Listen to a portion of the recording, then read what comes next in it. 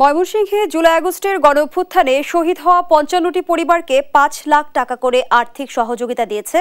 জুলাই শহীদ স্মৃতি ফাউন্ডেশন। এ বিষয়ে জানাতে যুক্ত হচ্ছেন সহকর্মী ইলিয়াস আহমেদ।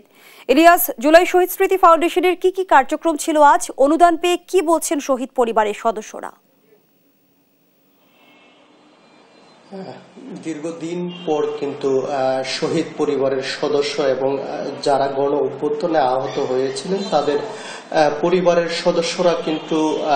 কেন্দ্রীয় সমন্বয়কদের সঙ্গে কিন্তু আজকে মিলিত হওয়ার একটি সুযোগ পেয়েছিলেন, অর্থাৎ তাদের সুখ দুঃখের কথাগুলো কিন্তু তারা বলতে পেরেছিলেন। এবং আজকে সারা দিন ব্যাপী আমরা দেখেছি যে কেন্দ্রীয় সমন্বয়ক সার্জিস আলম তিনি কিন্তু ময়মনসিংহের টাউন হল তারেক স্মৃতি অডিটোরিয়ামে একটি অনুষ্ঠানে তিনি কিন্তু ছিলেন, অর্থাৎ যারা শহীদ হয়েছিলেন গণ অভ্যুত্থানে সেই শহীদ পরিবার অর্থাৎ ময়মনসিংহ বিভাগের ৯৩ জন শহীদ পরিবারের সদস্য রয়েছে। তাদের মধ্যে ৫৫ জন শহীদ পরিবারের মাঝে কিন্তু ৫ লাখ টাকা করে অনুদানের চেক হস্তান্তর করেছিলেন সার্জিস আলম সহ প্রশাসনের ঊর্ধ্বতন কর্তৃপক্ষ। অর্থাৎ সার্জিস আলমকে কাছে পেয়ে শহীদ পরিবারের সদস্যরা তারা কিন্তু আবেগে আপ্লুত হয়ে পড়েন এবং তাদের যে দুঃখের কথাগুলো সেটি কিন্তু অনেকটাই শুনেছিলেন সার্জিস আলম। এবং সার্জিস আলম তার বক্তব্যে বলেছেন যে তারা কিন্তু ব্যর্থ হওয়ার জন্য এই রাষ্ট্র পরিচালনার দায়িত্ব তারা কিন্তু হাতে নেননি, অর্থাৎ তারা বলছেন যে স্বচ্ছভাবে তারা তাদের যে রাষ্ট্র কাঠামো সেটিকে পরিচালনা করার পাশাপাশি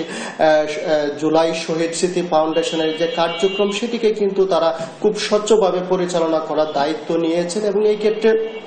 সকলের সহযোগিতাও কিন্তু তিনি চেয়েছেন এবং বলছেন যে আওয়ামী লীগ সরকারের যে দোসররা রয়েছে তারা কিন্তু এখনো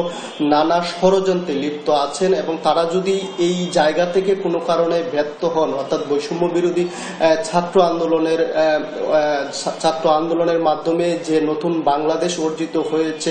সেই বাংলাদেশ যদি কোনো কারণে ব্যর্থ হয় তাহলে স্বৈরাচার শাসক শেখ হাসিনা সরকারকে খুনে আখ্যায়িত করে কিন্তু সার্জিস আলম বলেছেন যে স্বৈরাচারী শেখ হাসিনা সরকার তাদেরকে কিন্তু কোনোভাবেই ছাড়বেন না এবং বলছেন যে সেই জন্য সকলের প্রচেষ্টায় এই নতুন অর্জিত বাংলাদেশকে তারা সামনের দিকে আরো এগিয়ে নিয়ে যেতে চান এবং শহীদ এবং আহত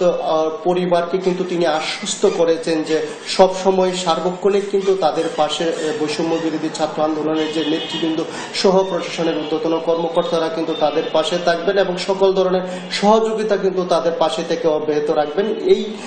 ছিল মোটামুটি আজকের দিনব্যাপী যে অনুষ্ঠানটি ছিল তা নিয়ে সর্বশেষ।